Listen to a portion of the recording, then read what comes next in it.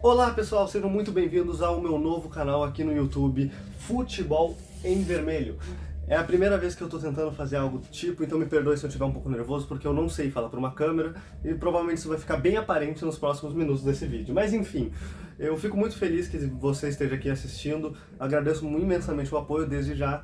E eu não vou enrolar muito, até porque eu estou com um pouco de pressa. Agora são exatamente 5h22 da tarde, o Grenal começa às 6 e eu tenho que fazer mais uma gravação durante o jogo. Eu só queria vir aqui passar a minha ideia pré-jogo para depois poder debater nos próximos vídeos, certo? Então, vamos analisar um pouco o retrospecto do jogo Grenal 405. Um Grenal válido pela final, o primeiro jogo da final do Gauchão, que tem muito peso para ambos os times, que não vivem um momento tão bom, principalmente o meu Inter, que está com uma série de derrotas, empates e resultados insatisfatórios no Brasileirão, mas no Gauchão, por incrível que pareça, vem apresentando um futebol muito agradável, com uma campanha muito diferente do que se esperava nesse ano de 2026, certo? Bom, eu trouxe primeiramente alguns dados que são os retrospectos dos últimos 10 jogos, dos últimos 10 grenais, que 50% foram vencidos pelo Sport Clube Internacional e apenas 20% foram o Grêmio que levou a vitória para casa. O que isso acarreta aqui no nosso jogo? Nos últimos anos, o Grêmio tem uma certa dificuldade de vencer o Inter. Até pouco tempo atrás, o Grêmio estava há mais de 8 jogos sem vencer um Grenal, que foi quebrado esse jejum no final do ano passado, no segundo Grenal do Brasileirão do ano passado, que venceu o Inter por 3-2, certo? A última vitória desse grande clássico Grenal foi pelo Internacional, uma vitória em cima de 4-2 frente ao seu maior rival dentro do Beira-Rio, válido pela fase de grupos desse gauchão, certo?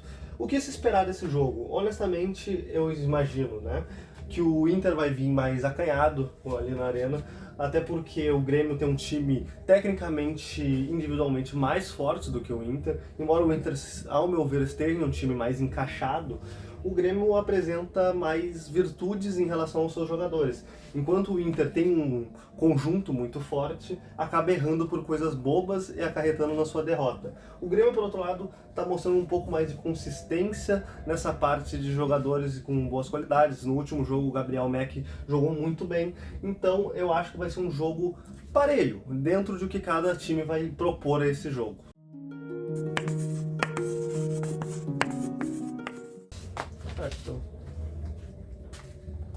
Bom, eu fiz esse campo aqui só pra gente dar uma coisa mais visual da escalação, que eu vou debater algumas decisões aqui de ambos os técnicos, pra a gente poder se situar mais na situação que eu acredito que vai ser o jogo, certo?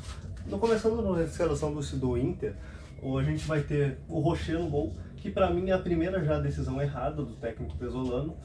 Não por o Rocher ser um goleiro ruim, mas por não viver a melhor fase, né?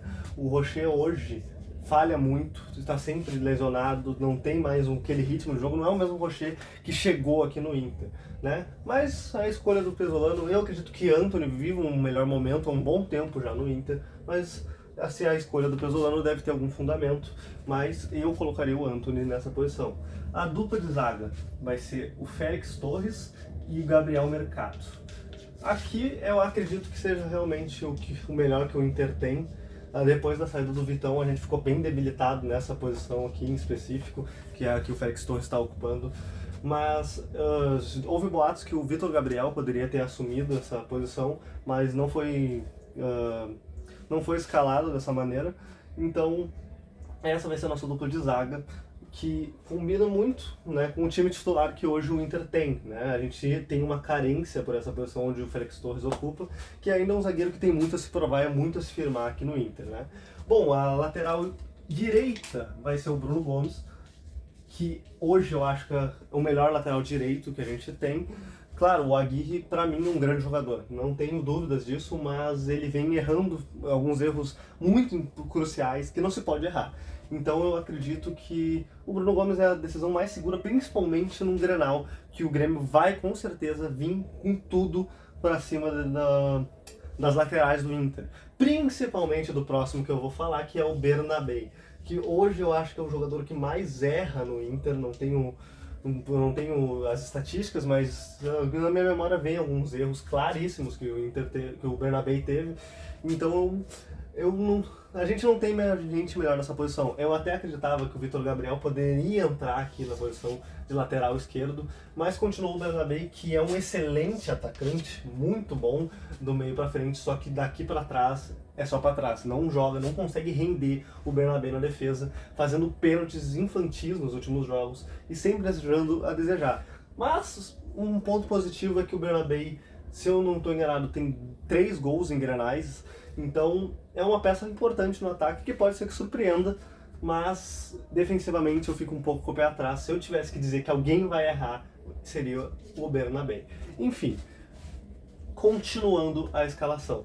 A gente vai ter Soldado Ronaldo de volante, acredito que de primeiro volante, jogando sozinho. Uma das surpresas da temporada do Inter, um jogador que não havia rendido até então, pelo menos até o final do ano passado, Pesolano recuperou e hoje é uma peça crucial no elenco do Inter. É muito importante o Ronaldo e com certeza é o melhor volante que hoje está jogando no Inter. Desculpe, eu peguei a minha colinha ali, eu cometi um erro aqui. Analisando a formação, os jogadores que o Inter tem à disposição na escalação divulgada pelo Instagram oficial do clube, vai ser o Ronaldo e o Paulinho. Eu acredito que vai ser uma linha de 2 aqui nessa primeira parte do meio de campo. Que o Paulinho também é um jogador que ainda não é nada extraordinário, ao meu ver, mas é um jogador que também não vinha rendendo no Vasco e o Pesolano também conseguiu fazer ele jogar um futebol muito bom, acima do que eu esperava particularmente dentro da posição dele. Após isso, a gente vai entrar no setor de ataque do Inter, que não tem como ser outro, o Alan Patrick, centralizado ou ao lado do Borré. Eu acredito que ele vai colocar ele centralizado para ajudar na marcação, para ele poder voltar para trás, certo? Pelas pontas, né? A gente vai ter o Vitinho, que hoje é um melhor ponto, eu acho que a gente tem para nossa vaga. Tem outros gurizes que jogam ali, mas o Vitinho, pela experiência e pelo tamanho do jogo, acho que seria a decisão correta. E pelo outro lado, hoje, ao meu ver, um dos, se não o mais importante do Inter, o Carboneiro, que no ataque não erra, é muito forte, não deixa a desejar, sempre vai para cima. Ele tem o fator surpresa do drible, que são poucos jogadores do Inter que tem, tirando esses trios de ataque aqui, são muito bons esses três. O setor de ataque do Inter é muito forte, ao meu ver é mais forte do que o do Grêmio, mesmo sem o TT, mesmo com o TT, peço desculpas, que o TT não vai jogar hoje, mas mesmo com o TT aqui, analisar tudo, eu sempre vou escolher esse quarteto. E aí, falando em quarteto, aqui só tem 3, o Rafael Borré, centralizado como centroavante do Inter, que também é um pesadelo pro Grêmio, que sempre tá incomodando, né? No último Grenal fez 2, no último 4-2, então esse time do Inter é o que se vê, que é o time titular do Inter, eu não tenho dúvidas, acho que alguém que eu substituiria aqui no time titular. É o time mais forte que o Inter tem à disposição pro tamanho do jogo. Eu tinha dúvidas, na verdade, se ia com força máxima contra o Grêmio, até porque o Inter hoje, o foco dele é muito mais brasileirão do que o gauchão, mas o Pesolano entende que esse jogo é final e final não se joga, se ganha, e vai com força máxima contra o Grêmio.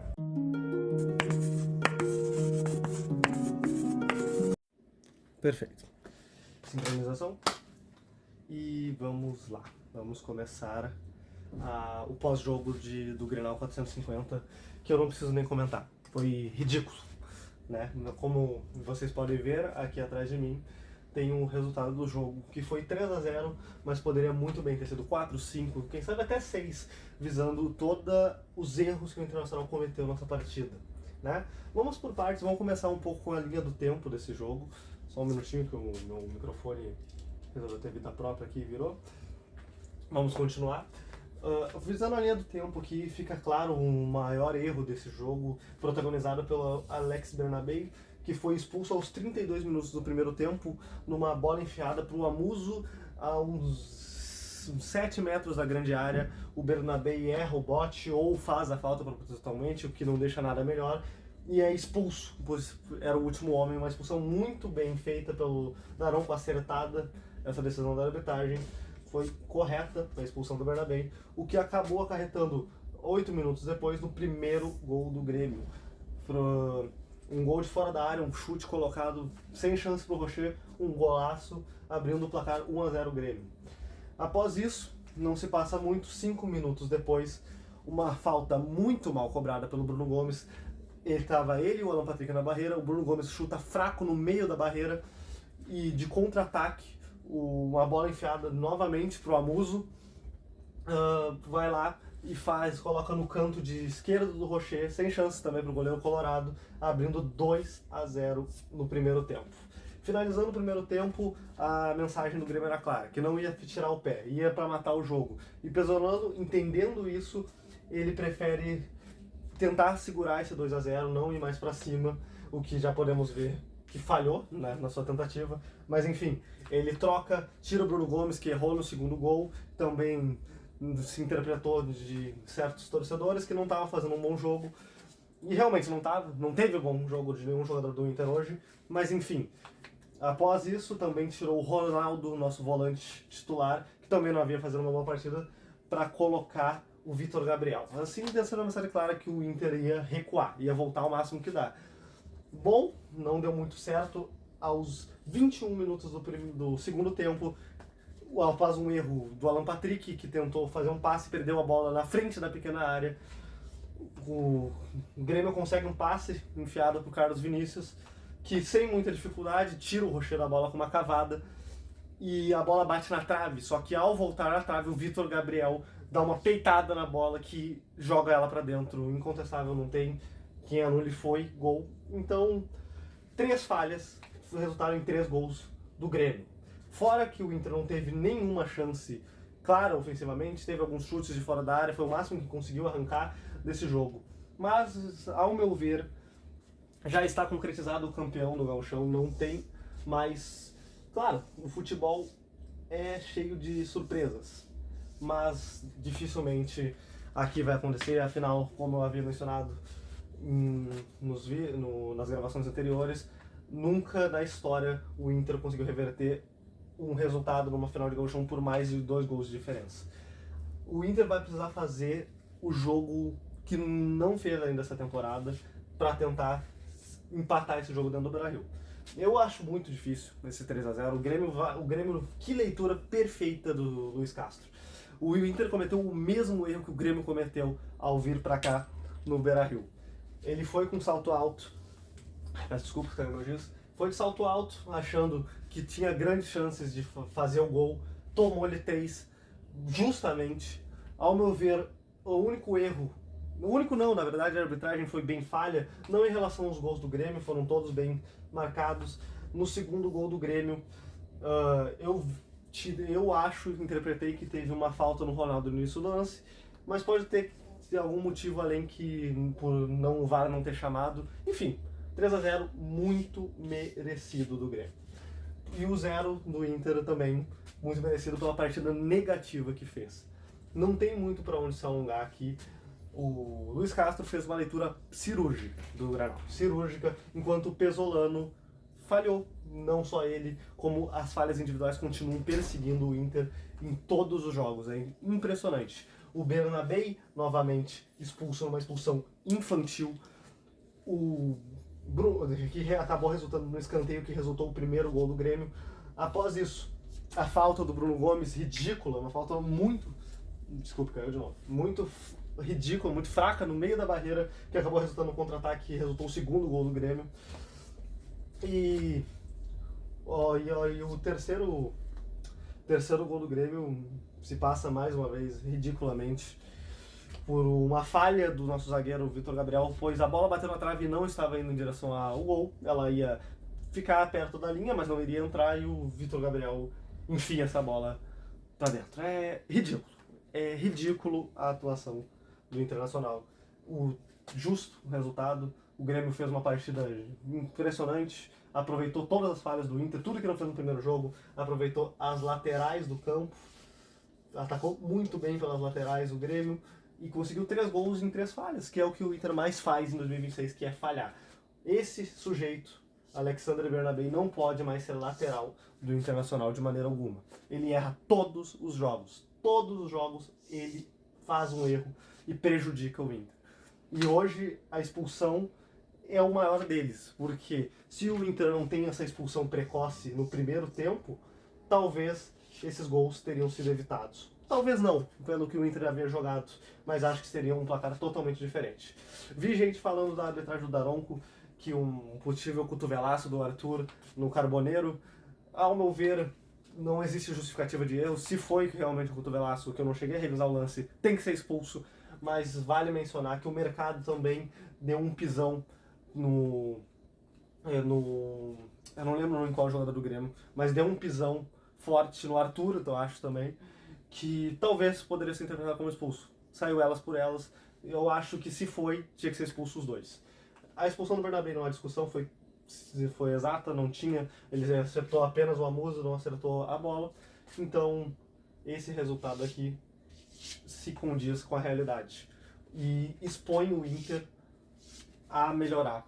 E precisa, urgentemente, porque se não melhorar, agora a gente perdeu o gauchão, ao meu ver. Não existe mais vitória. O Grêmio já é campeão. Pode até ser que faça 2-0 no Beira-Rio. Pode ser que por algum milagre do destino empate esse jogo, ganhe nos pênaltis, ou até no tempo regulamentar faça 4-0. Pode ser. Acho difícil? Muito difícil.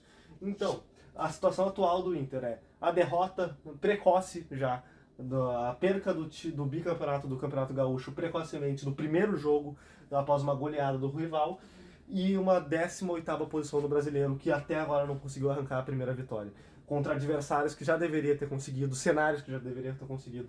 Então, o Inter esse ano está de mal a pior, embora no início desse jogo eu tenha mencionado que o Inter surpreendeu na questão de qualidade no início desse ano, realmente surpreendeu. Teve vários jogadores que não se esperavam que iria render, estão rendendo, mas não me adianta ele estar rendendo se isso aqui não ficar normal. Claro, como eu disse, clássico Grenal é sempre um desafio.